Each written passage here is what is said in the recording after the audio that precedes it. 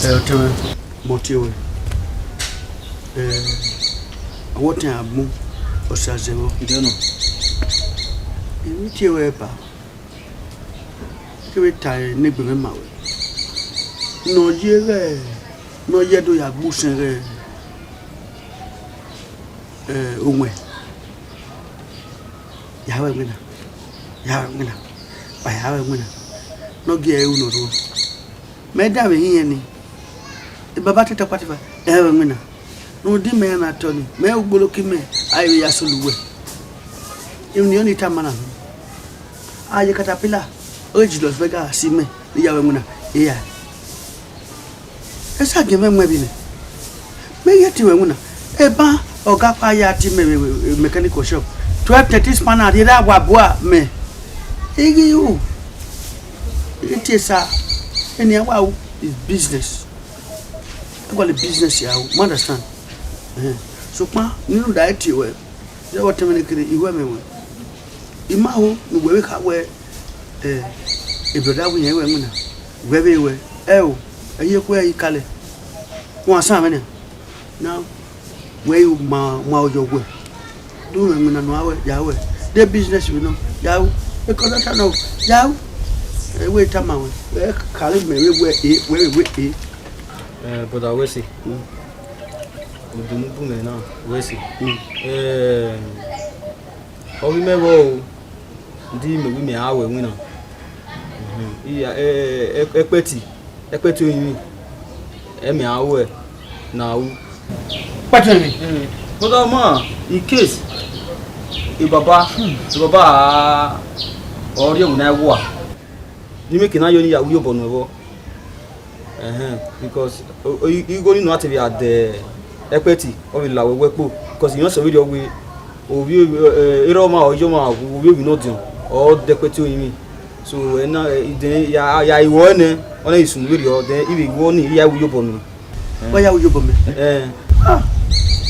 atu wato ise o igbo mama mai wani ni munania uwa ya uyo bono bo allow dog na owo ise yeah epati mama de don una ave se baba ana mo emere e go na go me de pastor mo parando na fo be ga we na mo ari e general ugbowo again wa go we ke yari na wa ari e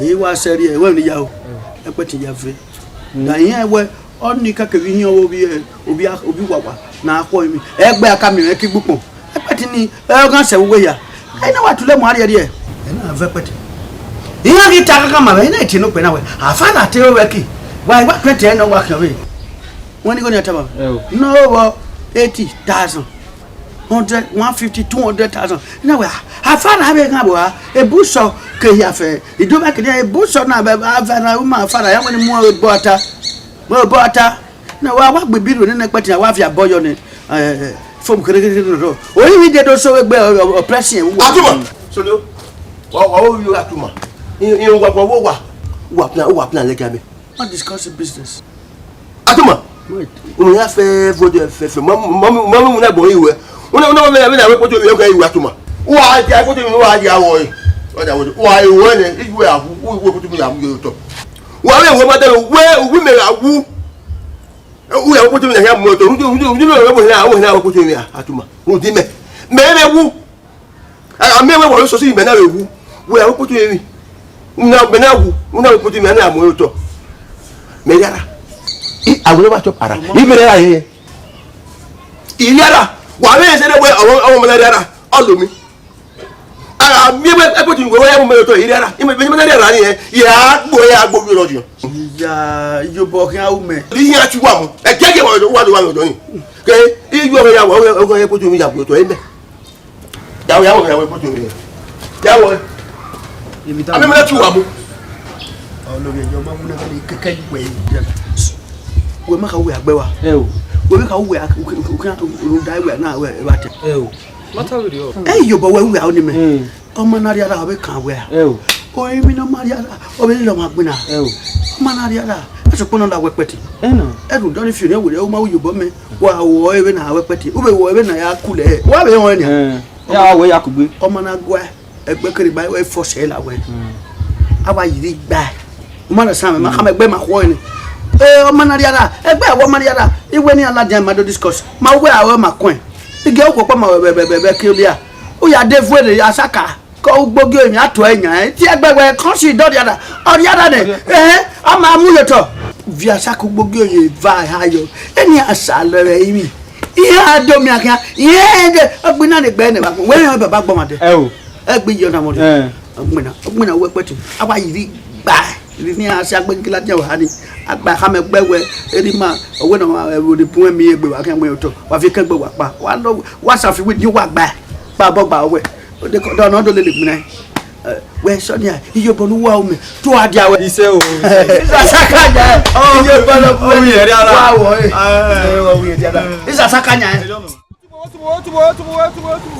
What to before water? Before water, I want to before water.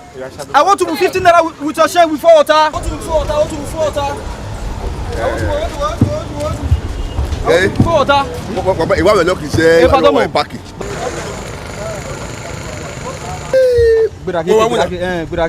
Gbèràkì yékè. O dáwọ̀ mi lákì náà, o ta yé o dáwọ̀ mi sẹ́. O kò tó ta yóò dá o, gbèràkì yékè láwọ̀.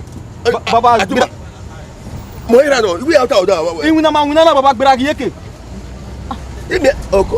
Oko ma mú yóò dá oko. Eya. Gbèràkì yékè. Agire mania. Sí àyè. Epa tó ta yékè. Tó ta yékè. Àwọn tó before water. Gapa.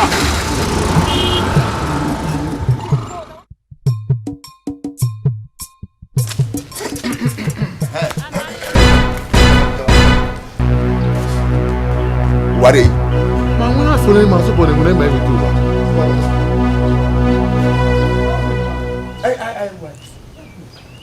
Bo efa. E ya hu ni ya bo wana. Mo yan wana. All this house no wa yan. Mo yan wana.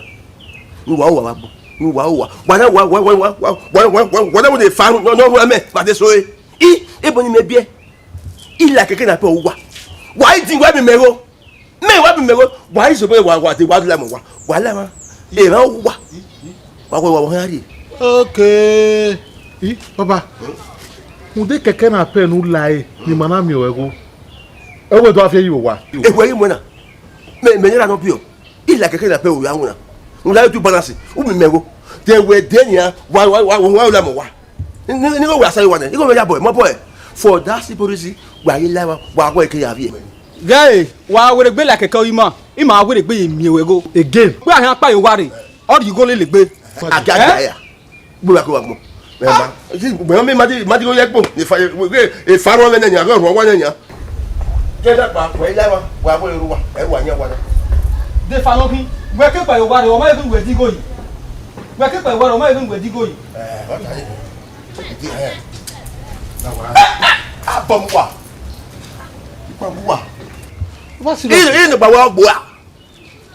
Ugba mi wa wa. What serious? Iwe ba ye wu wa ye wa ko ru wa ira we. Wo ira mi. Awa wo mera, apo we mera. Fo igu are wo yu amo mera. Wa we mi ku no. Ha. Papa. Wa be. Mo ku te keke ma sin. Ha ni na ta family o. E mi ru ti e te mo ki o. Mo ki yin o. E me wo me be ja ko me mo pe ko wa. Wa ya ko ira we wa ila wa wa. E ya. Oni we won. E wa won. Wa ne wa. E fa ngero wa ko wa. Apo mo. O wa la hin. O wa de la hin. Could this be house? Ame wa ro gbe me. Ite no. Sugbon wa gwa le wa wi wa hin aye. Age ame agbe me wa. La wa ga. If you move on it. Wa brava la wa. Onu yo wefu. What serious? Wa la wa.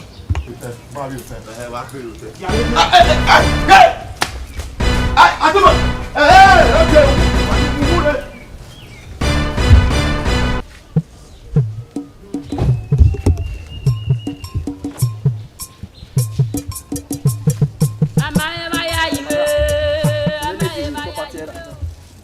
Okay, brother. All right. Property na here. Brother. Again, we have again going. Banana, let's say now we do it. Why we over 50 by 100? Don't me let her 70 na here. Came out 900. So for renovation for Russia. Wa do mana be like pattern ro duty we ni fear we there. Yeah, we no me mana na do guy. Yeah, I want to know. We ya. Ya le kini apolula ni ya. Hey, araba. Madako. Epa. If no sooner we our no do e riri na. Be ma we time there on. Hey, Madako. Yeah, you come here in the Come on. At the soy one. On a bed at 50. It's almost 62. You go one. I will tip you extra $20.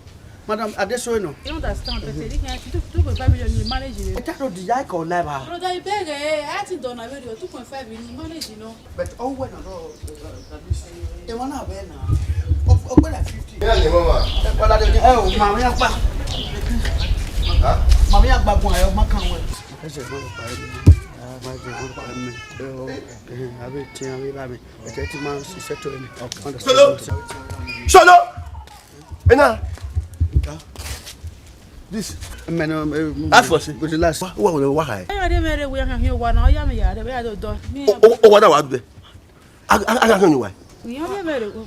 Oh, pani ma wo gba negotiate. O ma ka ma what tin no join iragbon. Na say magui. Agent, ikatama we egbe wanu egezo je na iri emere me te gba we wana ni a. La mo yan wa eti. Iyo wa wa de gbe la wa. Abo mo so. Yari fun. Keke wa ko la ko le. Leave and let live. Yari wa ire o. Ala so no jo. Mo bi. Do ya gun. So no mo. Do ya gun. Mo ba na we. Un fa solo. Solo un fa. Eyi ga solo. Solo ke agba me wa de o. Get here, madam. Why will I go? Why, Lama?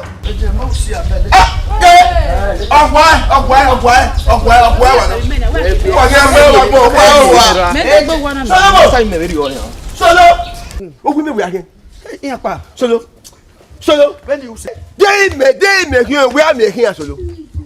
We miss you. We are going to go. Hey, when no wow now. So why would you do? Hey, Jimmy. Hey, man. So oh, women we are here. Boy, you know what you do? Wow. So the Mohier bros solo. Bros. Hey, so the Mohier bros solo. Oh, wana. One me boy. Wobo wana. Na you be that. Wobo wana.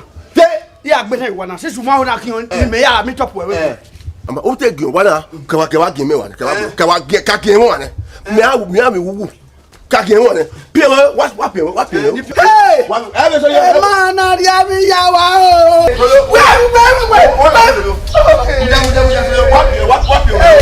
Wa ti ba ya ni le. Ero. We ni bo. Gioboke. Me owu me wa ke wo. Me ami wo. Ni pio o. O ke wala wa pio. Gbegbu. Di egi kire na we se. Gbe wa. Solo.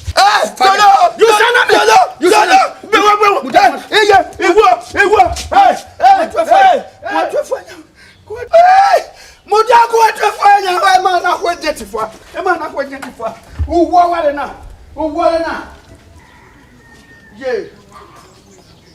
Ye solo.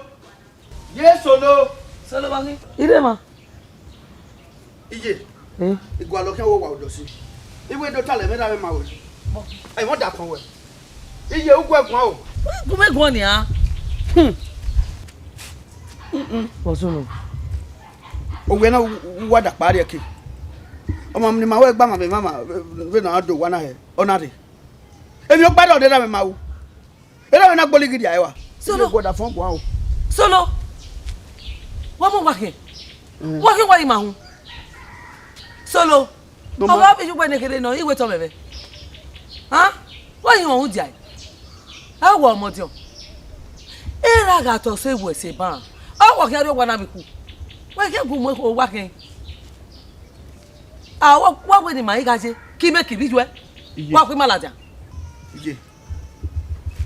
O kin ri kin akin wa na e ori manu. O te we se ri me wa na be expire ni. Iye, ikin akin wa na ni ya ri ewebo. Ne gbe mi na o ki ma. E won ni mama se ri ma kere ni ade. E ya hin moto. Ya ya ni bi e pa re obo. E ya mi top ni. Do ni ari ewebo. Ido ki o ya na gbe na. E ori mo pa e ho ni iwe yi. Bela mana honi kinyo wana mana kwe. Igbe na yo. Ma ya river bo. E ma ya fe do. E abete na ti ya da ya fe. Yan polo wane. Ama ese video. Igion wana o. Igion e. Goda fon kwa. Wa igion e. Ma bibi ju e wo. Iba boy la ma ya gbe. Iba bo. O ro be ra o ro bi me. E ma ti e boy we ba boy la ma gbe ma kai ma la ba bo la we gbe. E ma se. Solo. Iyo nu mure na etete ma. Wewe ni mayare aya. Aga kene. Ah be na we. E di go kene nu wa ya mo wa. Ike ya meet up re. Oma. O me kini jo poka e no na e minita. O iwa la ohun ne. Emi ni meririta. O wa pe yo. O ni a. E o yi. We ko we pion do na. Kakabo. Nurita mai la ho. Ija. Ah da for me no. We me ko we na ibo kan. What you mana pion ba ni kaga ni ade. Ni me na italo. O my gena my e to be re na. E me be re na me na be bia we. Ha? Ya ti me yo bo kan me abejo ta ma we ya. We re italo. Iye pion e. Kaka ibu ya we. Ija. Wa pion e. E pion e kere o danyo ni won skip. Pion wa da you wa wo e. Pion e ko no show the pion e. O bi ba pion ibu ya we. Pion e ni me na re obo. Oma. Ogumowo. Wa pion wa ku. Yawe. Iye pion a o. Oma. Eye mowo. Wa pion ja yi ka kan. Uta gbenu na wa.